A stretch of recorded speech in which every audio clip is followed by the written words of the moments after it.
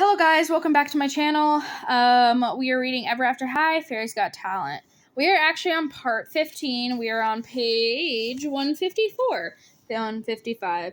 And the chapter is Dark Fairies Discussion. And here we go.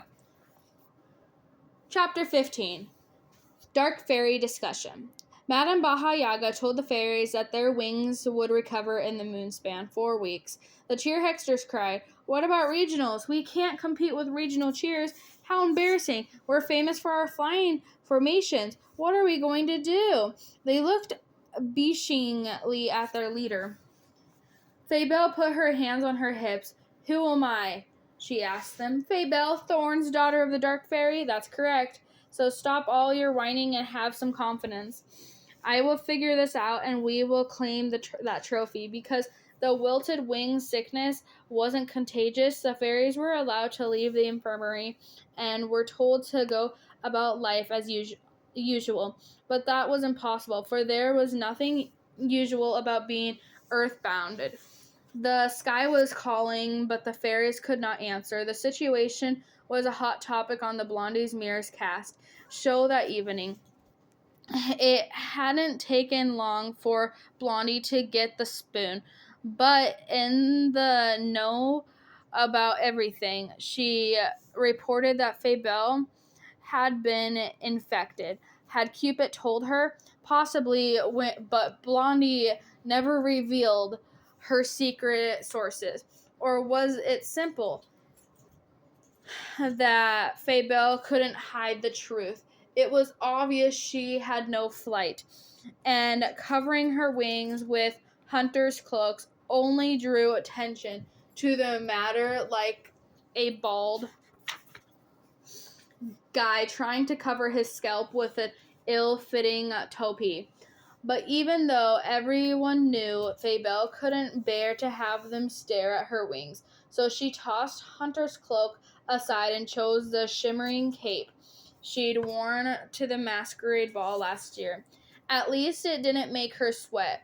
What does this mean for the original play, Once Upon a Spell? Blondie asked Justine during her show. "Well, callbacks are tomorrow afternoon," Justine said.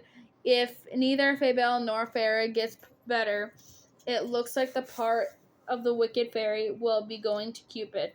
I hope Cupid doesn't get sick. I really need a flying actor." Blondie looked into the camera.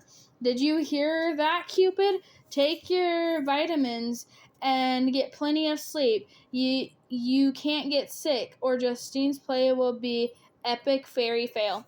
Faybelle turned off the mirror pad. "Too bad there wasn't some sort of fairy tale flu spreading across campus, and too bad she's been forbidden to use magic. She could steal Cupid's voice, but make it look like a laryngitis. She could shoot pixie music into her ear and make it seem like an earache. But even if she could use magic, it would be foolish to attack Cupid. Madame Baja Yaga would figure it out. She'd punish Faybelle. Everyone would know, and Faybelle would never get the role. Oh, to be wingless and magicless was torture. How did ordinary students stand it? Somehow, some way, she would keep Cupid from going to callbacks. Better yet, she'd pursued Cupid to drop off the play entirely. Then Justine would be forced to wait for the wilted wing spell to wear off. What other choice would she have? But that also brought risk, because the spell would wear off for all the fairies, meaning Farah would be in the running again. Faybelle versus Farah.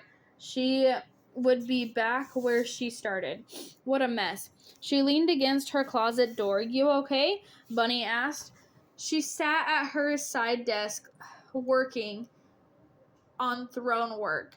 Faybelle was as far from being okay as an orgry was from being charming.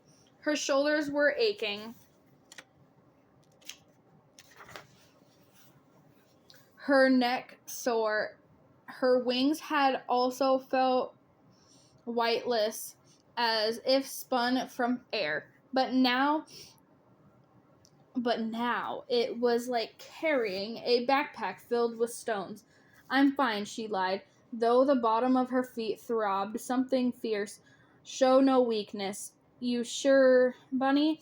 Pushed her top hat away from her eyes.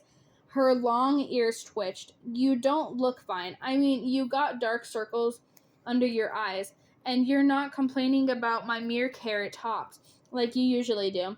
It was true. Faybelle's energy level was as low simmer at best. Her mirror phone rang. Her mother's face appeared on the screen. Darling, I just heard. Madame Baha Yaga assured me that you will be fine. Your wings will recover completely. I'll send the driver immediately to pick you up. Faybelle stepped into the hallway so she could speak to her mother in private.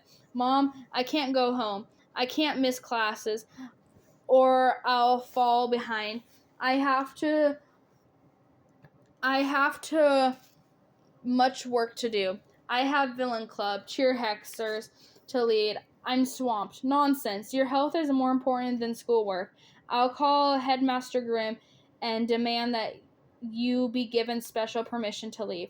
You must recover here, my darling. Healing from dark magic requires special care. Did Professor Yaga tell you this was dark magic? Faybelle asked. I know when dark magic is afoot, she replied. No need to inform me of such matters. I am dark magic as you are, my love.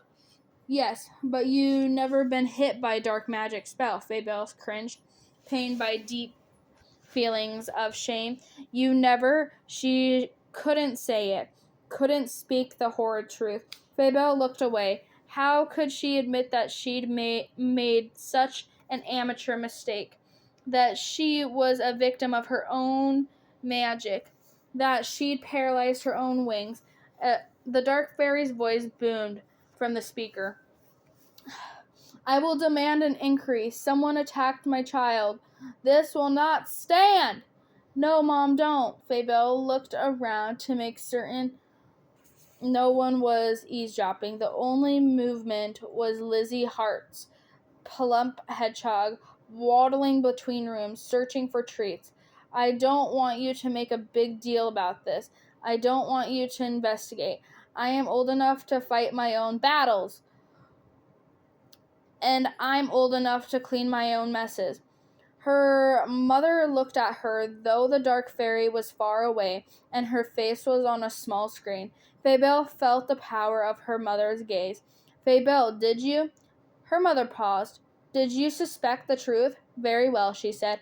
Fight your battle. But if at any time I sense you need me, I will fly at lightning speed to fight by your side. She blew a kiss. Thanks, Mom. Did our villains have such good relationships with their parents? That might make for an interesting topic to discussion at the next villain club meeting. Back in the room, Spindle yapped at Faybelle's feet. She picked him up and nuzzled his cheek. He's chewed on her finger, his tail wagging as if charged by its own motor. I'm going to dinner, she told him. I'll bring you back a treat. I can't go, Bunny said, hunched over a hex book. Could you bring me a salad?